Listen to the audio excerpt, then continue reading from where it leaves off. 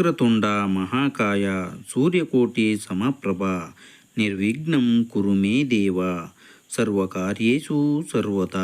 ಗಜಾನನಂ ಭೂತಗಣಾದಿಸೇವಿತಂ ಕಪಿಸ್ತಜಂಬೂಫಲಸಾರ ಭಕ್ಷಿತಂ ಉಮಾಸುತಂ ಶೋಕವಿನಾಶಕಾರಣಂ ನಮಾಮಿ ವಿಘ್ನೇಶ್ವರ ಪಾದಪಂಕಜಂ. ಸಮಸ್ತ ವೀಕ್ಷಕರಿಗೂ ಸುವರ್ಣ ಇನ್ಸ್ಪೈರ್ ಕನ್ನಡ ಚಾನಲ್ನಿಂದ ನಮಸ್ಕಾರಗಳು.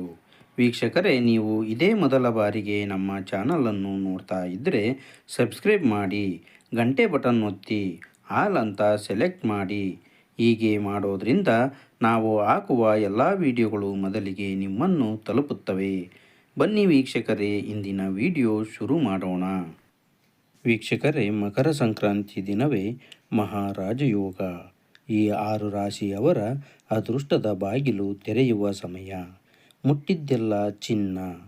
ವೀಕ್ಷಕರೇ, 2026ರ ಮಕರ ಸಂಕ್ರಾಂತಿ ಬಹಳ ವಿಶೇಷವಾಗಿರುತ್ತದೆ. ಮಕರ ಸಂಕ್ರಾಂತಿಗೆ ಸೂರ್ಯನ ಪ್ರವೇಶವು ಅನೇಕ ಶುಭ ರಾಜಯೋಗಗಳನ್ನು ಸೃಷ್ಟಿಸುತ್ತದೆ. ಇದರಿಂದಾಗಿ 4 ರಾಶಿಗೆ ಅದೃಷ್ಟದ ಬಾಗಿಲುಗಳನ್ನು ತೆರೆಯಲಿದೆ. ಸರ್ಕಾರಿ ಉದ್ಯೋಗಗಳಿಂದ ಹಿಡಿದು ವ್ಯವಹಾರದಲ್ಲಿ ದೊಡ್ಡ ಲಾಭವನ್ನು ಸೂಚಿಸುತ್ತದೆ. ಆ ಲಕ್ಕಿ ರಾಶಿಗಳು ಯಾವುವು ಎಂಬುದನ್ನು ಈ ವಿಡಿಯೋದಲ್ಲಿ ತಿಳಿಸಲಾಗಿದೆ. ವೀಕ್ಷಕರೇ, ಮಕರ ಸಂಕ್ರಾಂತಿ ಹಬ್ಬವನ್ನು ಹಿಂದೂ ಧರ್ಮದಲ್ಲಿ ಹಾಗೂ ಜ್ಯೋತಿಷ್ಯದಲ್ಲಿ ಬಹಳ ವಿಶೇಷವೆಂದು ಪರಿಗಣಿಸಲಾಗಿದೆ.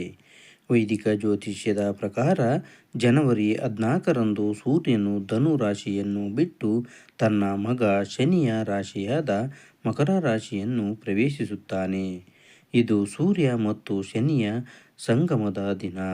ಏಕೆಂದರೆ ಮಕರ ಸಂಕ್ರಾಂತಿಯಂದು ಸೂರ್ಯನು ಶನಿಯ ರಾಶಿಚಕ್ರವಾದ ಮಕರ ರಾಶಿಯನ್ನು ಪ್ರವೇಶಿಸುತ್ತಾನೆ. ಇದು ದಕ್ಷಿಣಾಯಣದಿಂದ ಉತ್ತರಾಯಣಕ್ಕೆ ಸೂರ್ಯನ ಪರಿವರ್ತನೆಯನ್ನು ಸೂಚಿಸುತ್ತದೆ. ಈ ವರ್ಷ ಮಕರ ಸಂಕ್ರಾಂತಿಯು ಧಾರ್ಮಿಕ ಮತ್ತು ಜ್ಯೋತಿಷ್ಯ ದೃಷ್ಟಿಕೋನಗಳಿಂದ ವಿಶೇಷವಾಗಿದೆ. ವೀಕ್ಷಕರೇ, ಮಕರ ರಾಶಿಯಲ್ಲಿ ಸೂರ್ಯನ ಆಗಮನವು ಕೇವಲ ರಾಶಿಚಕ್ರ ಚಿಹ್ನೆಗಳಿಗೆ ಅದೃಷ್ಟವನ್ನು ತರಬಹುದು. ಪ್ರಸ್ತುತ ಶನಿ ಮೀನ ರಾಶಿಯಲ್ಲಿದ್ದಾನೆ. ಸೂರ್ಯ ಮತ್ತು ಶನಿಯ ಈ ವಿಶೇಷ ಸಂಯೋಜನೆಯು ಕೆಲವು ರಾಶಿಗಳಿಗೆ ಅದೃಷ್ಟವನ್ನು ತರಬಹುದು. ವೃತ್ತಿ, ಸಂಪತ್ತು ಮತ್ತು ಗೌರವದಲ್ಲಿ ಗಮನಾರ್ಹ ಲಾಭದ ಸಾಧ್ಯತೆಗಳಿವೆ. ಆದ್ದರಿಂದ ಸೂರ್ಯ ಮಕರ ರಾಶಿಯನ್ನು ಪ್ರವೇಶಿಸಿದಾಗ ಅದು ಕತ್ತಲೆಯಿಂದ ಬೆಳಕಿಗೆ ಪರಿವರ್ತನೆಯನ್ನು ಸಂಕೇತಿಸುತ್ತದೆ. ಹೀಗಾಗಿ ಮಕರ ಸಂಕ್ರಾಂತಿಯಂದು ರೂಪುಗೊಳ್ಳುವ ಸಾರ್ವರ್ಥ ಸಿದ್ಧಿಯೋಗ ಮತ್ತು ಅಮೃತ ಸಿದ್ಧಿಯೋಗಗಳಿಂದ ಯಾವ ರಾಶಿಗಳು ತಮ್ಮ ಅದೃಷ್ಟವನ್ನು ಹೊಳೆಯುವುದನ್ನು ನೋಡಬಹುದು ಎಂಬುದನ್ನು ತಿಳಿಯೋಣ. 23 ವರ್ಷಗಳ ನಂತರ ಮಕರ ಸಂಕ್ರಾಂತಿಯಂದೇ ಏಕಾದಶಿ ಆಚರಣೆ. ಜನವರಿ 14ರಂದು ಮಕರ ಸಂಕ್ರಾಂತಿಯು 23 ವರ್ಷಗಳ ನಂತರ ಏಕಾದಶಿಯ ಸಂಯೋಗವನ್ನು ಸೂಚಿಸುತ್ತದೆ. ಹಿಂದೆ ಮಕರ ಸಂಕ್ರಾಂತಿ ಮತ್ತು ಏಕಾದಶಿ 2023ರಲ್ಲಿ ಹೊಂದಿಕೆಯಾಯಿತು. ಈ ವರ್ಷ ಮಾರ್ಗಶಿರ ಮಾಸದ ಕೃಷ್ಣ ಪಕ್ಷದ ಏಕಾದಶಿ ಷಟ್ತಿಲ ಏಕಾದಶಿ ಮಕರ ಸಂಕ್ರಾಂತಿಯಂದು ಬರುತ್ತದೆ. ಇದರ ಜೊತೆಗೆ ಈ ದಿನದಂದೇ ಸಾರ್ವರ್ಥ ಸಿದ್ಧಿಯೋಗ ಮತ್ತು ಅಮೃತ ಸಿದ್ಧಿಯೋಗಗಳು ರೂಪುಗೊಳ್ಳುತ್ತವೆ. ಈ ಶುಭ ಸಮಯದಿಂದ ಯಾವ ರಾಶಿಯವರಿಗೆ ಅದೃಷ್ಟದ ಬಾಗಿಲು ತೆರೆಯಲಿದೆ ಎಂಬುದನ್ನು ತಿಳಿಯಲು ಈ ವಿಡಿಯೋವನ್ನು ತಪ್ಪದೆ ಕೊನೆಯವರೆಗೂ ವೀಕ್ಷಿಸಿ. ಮೊದಲನೇ ರಾಶಿ ಮೇಷರಾಶಿ. ಮೇಷರಾಶಿಯಲ್ಲಿ ಗ್ರಹಗಳ ರಾಜನಾದ ಸೂರ್ಯ 10ನೇ ಮನೆಯಲ್ಲಿರುತ್ತಾನೆ. ಸೂರ್ಯನು ಕಾರ್ಯ ಮನೆಯಲ್ಲಿರುವುದರಿಂದ ಮೇಷರಾಶಿಯ ಜನರು ತಮ್ಮ ಜೀವನ ವೃತ್ತಿಯಲ್ಲಿ ಗಮನಾರ್ಹವಾಗಿ ಲಾಭ ಪಡೆಯಬಹುದು. ನಿಮ್ಮ ಕೆಲಸವನ್ನು ಪ್ರಶಂಸಿಸಲಾಗುತ್ತದೆ. ಇದಲ್ಲದೆ ಬಡ್ತಿ ಮತ್ತು ಸಂಬಳ ಹೆಚ್ಚಳದ ಬಲವಾದ ಸಾಧ್ಯತೆಗಳಿವೆ. ಹೊಸ ಉದ್ಯೋಗಕ್ಕಾಗಿ ನಿಮ್ಮ ಹುಡುಕಾಟವು ಯಶಸ್ವಿಯಾಗಬಹುದು.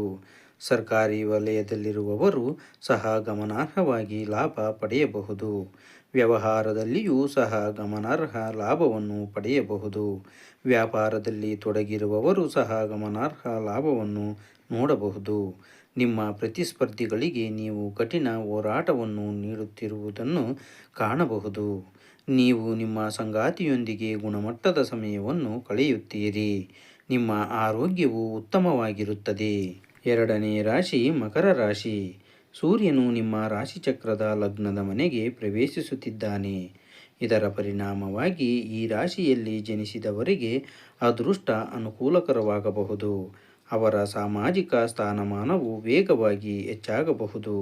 ರಾಜಕೀಯ ಅಥವಾ ಆಡಳಿತಾತ್ಮಕ ಸೇವೆಗಳಲ್ಲಿ ತೊಡಗಿರುವವರು ಸಹ ಗಮನಾರ್ಹವಾಗಿ ಪ್ರಯೋಜನ ಪಡೆಯಬಹುದು.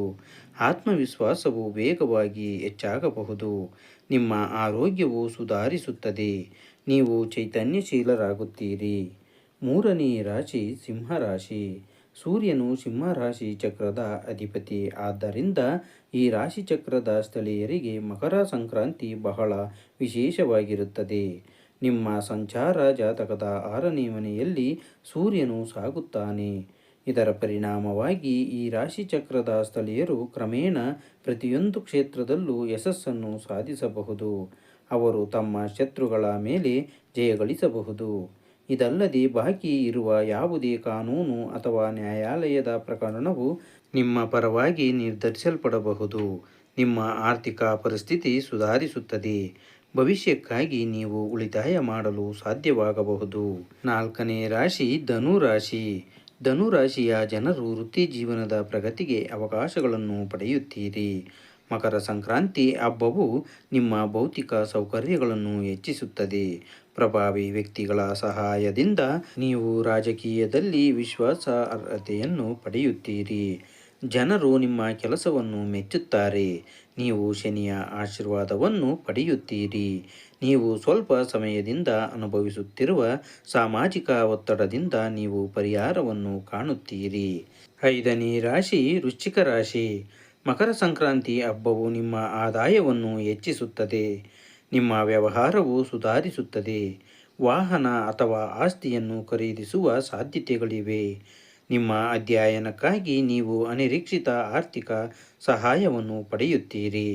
ನೀವು ಕೆಲಸದಲ್ಲಿ ಹೊಸ ಜವಾಬ್ದಾರಿಗಳನ್ನು ಪಡೆಯಬಹುದು. ಇದು ಭವಿಷ್ಯದಲ್ಲಿ ಆರ್ಥಿಕವಾಗಿ ಪ್ರಯೋಜನಕಾರಿ ಎಂದು ಸಾಬೀತುಪಡಿಸುತ್ತದೆ. ಶನಿ ಮತ್ತು ಸೂರ್ಯನ ಆಶೀರ್ವಾದದಿಂದ ಹೊಸ ಯೋಜನೆಗಾಗಿ ನಿಮ್ಮ ಯೋಜನೆಗಳು ಯಶಸ್ವಿಯಾಗುತ್ತವೆ. 6ನೇ ರಾಶಿ ವೃಷಭ ರಾಶಿ. ಮಕರ ಸಂಕ್ರಾಂತಿಯು ನಿಮ್ಮ ಅದೃಷ್ಟದ ಮನೆಯನ್ನು ಸಕ್ರಿಯಗೊಳಿಸುತ್ತದೆ. ವೃಷಭ ರಾಶಿ ಚಕ್ರದ 9ನೇ ಮನೆಯಲ್ಲಿ ಸೂರ್ಯನು ಇರುತ್ತಾನೆ. ಆದ್ದರಿಂದ ಈ ರಾಶಿಯ ಜನರಿಗೆ ಅದೃಷ್ಟವು ಅನುಕೂಲಕರವಾಗಿರುತ್ತದೆ. ನಿಮಗೆ ಸಹೋದರರು ಮತ್ತು ಸಹೋದರಿಯರು ಮತ್ತು ಪೋಷಕರಿಂದ ಸಂಪೂರ್ಣ ಬೆಂಬಲ ಸಿಗಬಹುದು. ಪೂರ್ವಜರ ಆಸ್ತಿಯ ಮೂಲಕ ಗಮನಾರ್ಹ ಪ್ರಯೋಜನಗಳನ್ನು ಪಡೆಯಬಹುದು. ಆಧ್ಯಾತ್ಮಿಕತೆಯ ಕಡೆಗೆ ಒಲವು ಇರುತ್ತದೆ. ಇದು ಅನೇಕ ಧಾರ್ಮಿಕ ಪ್ರವಾಸಗಳ ಸಾಧ್ಯತೆಗಳನ್ನು ಸೃಷ್ಟಿಸುತ್ತದೆ. ಪೂರ್ವಜರ ಆಸ್ತಿಗೆ ಸಂಬಂಧಿಸಿದಂತೆ ನಡೆಯುತ್ತಿರುವ ವಿವಾದವನ್ನು ಸಹ ಪರಿಹರಿಸಬಹುದು. ನೀವು ನಿಮ್ಮ ಸಂಗಾತಿಯೊಂದಿಗೆ ಗುಣಮಟ್ಟದ ಸಮಯವನ್ನು ಕಳೆಯುತ್ತೀರಿ. ವೀಕ್ಷಕರೇ, ಈ ವಿಡಿಯೋದ ಮಾಹಿತಿ ನಿಮಗೆ ಇಷ್ಟವಾದಲ್ಲಿ ನಿಮ್ಮ ಆಪ್ತರಿಗೂ ಶೇರ್ ಮಾಡಿ. ಧನ್ಯವಾದಗಳು.